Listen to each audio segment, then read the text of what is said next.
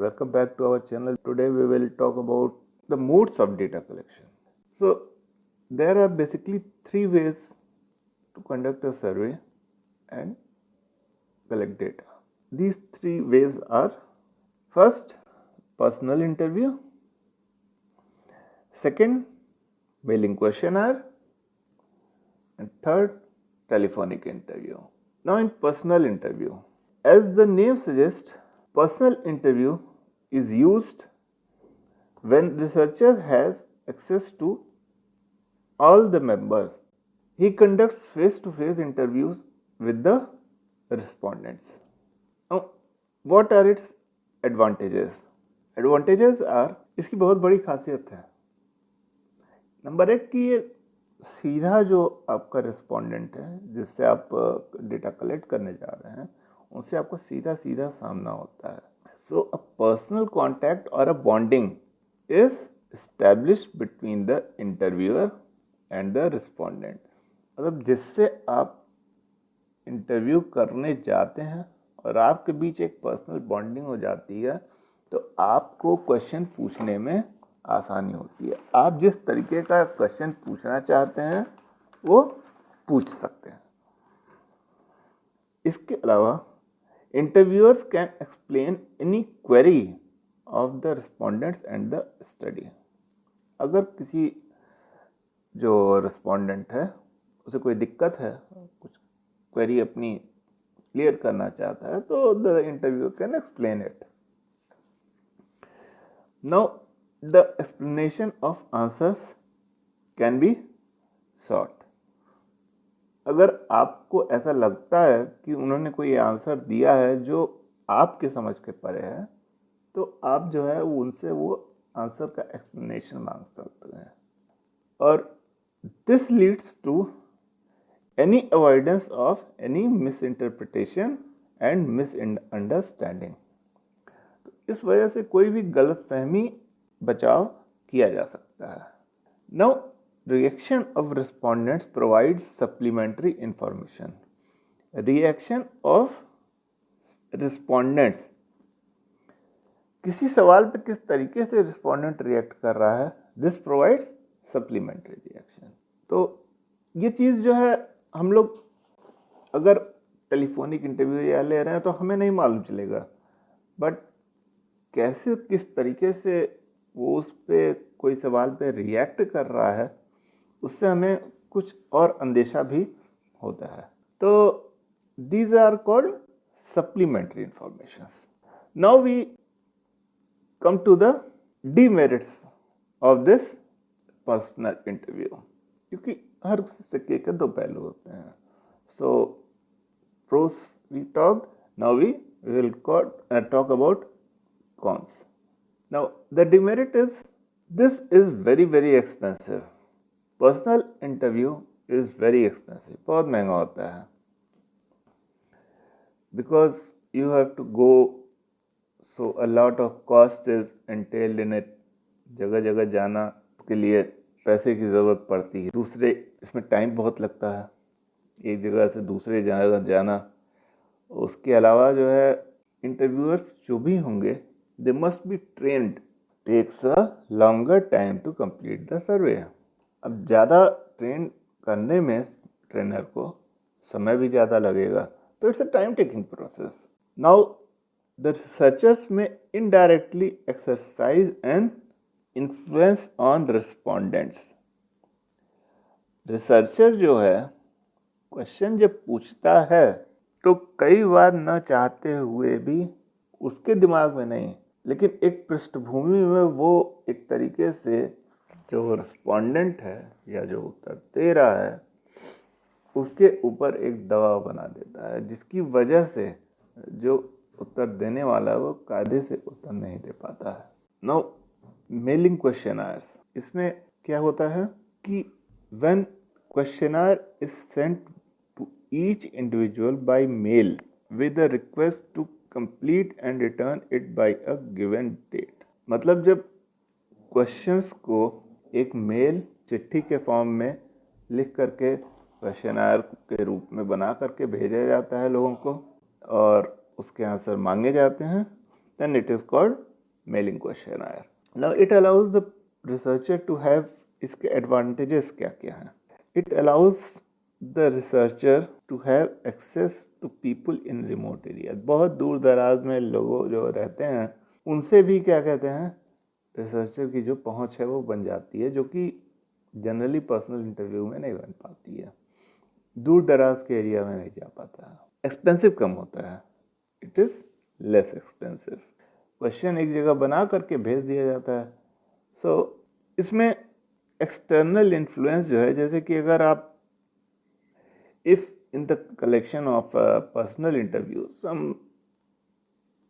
personal influences which we are talking about may be exercised, but in this case this is out of question. What are the disadvantages of this method? First of all, it provides very less opportunity to clarify the instructions. अगर उसे कोई doubt होता है तो आप कैसे clarify करेंगे?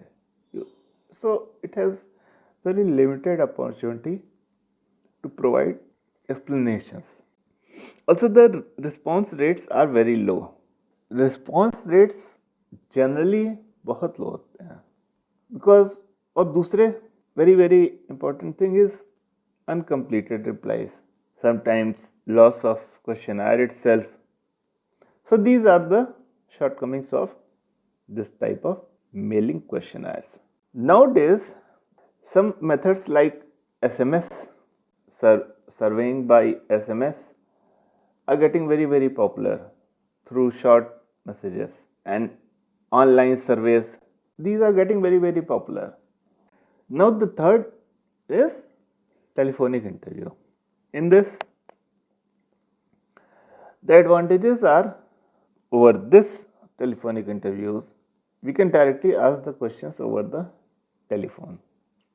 So what will the, obviously the first advantage be? Is this cheaper and conducted in very less time, because we directly ask the questions we want to ask. So, and it allows the researcher to assist the respondent by clarifying the questions. If he faces any problems, we can clarify the researchers. अगर researcher देख रहा है कि respondent को कोई question में कोई दिक्कत हो रही है या कोई क्लैरिफिकेशन चाहता है, तो he can do it then and there. Now it is better when respondents are reluctant to answer certain questions. ऐसे कई बार केसेस आते हैं, some cases in which the respondents are reluctant to answer certain questions, like it may pertain to some personal issues. कई बार ऐसा होता है कि जब आप पर्सनल इंटरव्यू में जाते हैं, अगर आपसे कोई पर्सनल सवाल करता है तो you feel a bit uncomfortable. तो टेलीफोनिक इंटरव्यू में ऐसा नहीं होता है. इट इज़ बेटर, वो आराम से आंसर दे सकते हैं. Now what are the disadvantages? Its access is very limited. It is effective in the urban areas, but in the rural areas and the far off areas, not everybody has got telephones. Here, visual reaction of respondents can't be observed. Since in sensitive issues or some issues, we have to have the visual reactions. अब जैसे कि कई बार जो है question का answer देते वक्त उनके चेहरे का क्या हाव भाव है, ये जानने से काफ़ी चीज़ें क्लियर हो जाती हैं. तो वो जो है टेलीफोन इंटरव्यू में नहीं पता चलती हैं. Now we come to pilot survey. After the questionnaire is ready, a survey type of thing is done on a small area or a small group. Now this is known as pilot survey. This is a tryout on a small group. See our results कि जो हमने data collect किए हैं वो कितना हद तक सही है, कितना हद तक गलत. So it will give us a fair idea of how the data is collected. So first of all, it helps in providing preliminary idea. After the results of pilot survey come, we get a preliminary idea of how the survey should be proceeded. तो ये एक primary idea, पूर्वानुमान जो है वो दे देता है. Also it helps in knowing shortcomings and drawbacks of the question. तो सिंस एक सर्वे ये खुद फील्ड पे जाके होता है, तो क्वेश्चंस की क्या शॉर्टकमिंग्स थी एंड ड्रॉबैक्स थे, ये जानने की इसमें मदद करता है. And it also helps the assessing the suitability of questions, the clarity of instructions, and cost and performance of researchers, plus the cost and time involved in actual survey. Here, clarity of instruction. Clarity of instruction is very important. Assessing the suitability of questions.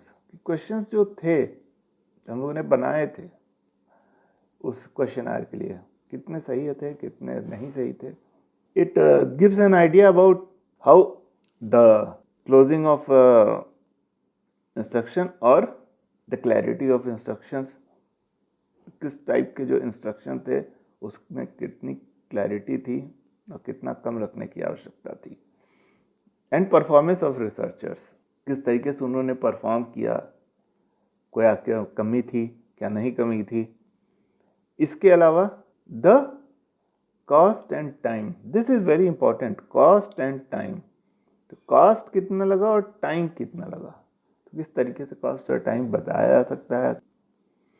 So today we will finish with this. Till then, thank you. Have a good day.